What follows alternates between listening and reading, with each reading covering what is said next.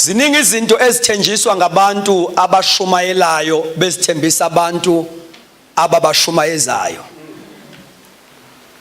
Abantu bayathenjiswa izinto eziningi ezimaterial uma kushunyayelwa. But you will be surprised sisa unpack le ndaba ukuthi ipromise uJesu ayinikeza abantu abeza kuye ukuphumula.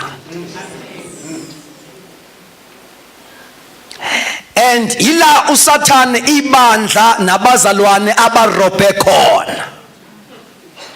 Banesikhathi eside abantu besindisiwe kodwa baphumulile. They are not at rest with God. So mashumayela kulezi insuku sikhuluma ngeinto eziningi nizothola ukuthi kusizani ukuthola izinto ezimaterial ngibe ngenakho ukuphumula. Let me tell you something. Noma ngakuthembisa umshado, noma ngakuthembisa amabhizinisi, awukwazi ukenjoya into nayo ungenakho ukuthula. Noma ungaba nemali, siyayidinga imali, alibonga igama lenkosi. Noma ngaba na umshado ngibe nomzo omhle, if I don't have peace, I cannot enjoy what I have.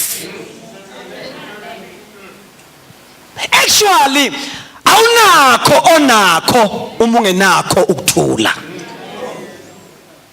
Awunakho onakho uma ungenaNkulunkulu, God of peace. Ngoba yonke into engaba nayo ngikwazi uyenjoya, alibonga igama lenkosi. Hallelujah. Because I have got a good standing with God, I have got peace with God. Now uJesu uma ebiza abantu ebabizela kuye akazi prioritize izinto esiprioritizeayo thina. Ngoba uJesu uyazi ukuthi impilo yomuntu ilelephi. Alibonga igama lenkosi. Alibonga igama lenkosi. Now ngifuna ke siqhubekeke. And saqhubeka, you must be able to answer the question ukuthi ingabe ngiphumuleni. Hallelujah. Because that is the first promise uJesu asithembisa abantu mabeza kuye. Amen. Uthi ngifuna ukuthi babe nokuphila babe nakho ukuchichime. You see? Ungamvumeli uSathane akurobe. Life must begin. Alibonga igama lenkosi.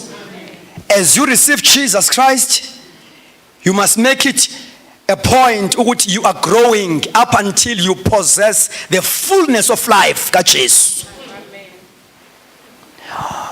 Fana ukuthi ube nempilo echichimayo ungakabi nazo izinto kodwa uchichima impilo. Ungacabanga ukuthi impilo ukudrive imoto enhle. Siyayidinga imoto ezinhle ngoba lithi iBhayibheli uma nivuma nilalela niyodlokuhle kwezwe. Alibonga igama kaJesu. Now God asikali lapho, you must experience life abundant. Hey madoda, in such a way that abantu abanezinto bayihalela impilo yakho ungenanto. Ungenanto because you are full of life. Hallelujah. You are full of life. You are full of life. Praise the Lord. Hallelujah. Laliso kwengane uzuselwe ekseni. Because you are full of life. I've come that they may have life and have it abundantly.